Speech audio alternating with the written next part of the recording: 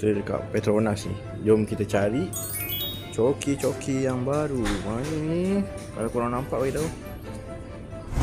Ui guys, ada guys. Alright, jom kita sahur. Dua lah, ada dua je. Okey lah. Dua je. Okay. So nombor siri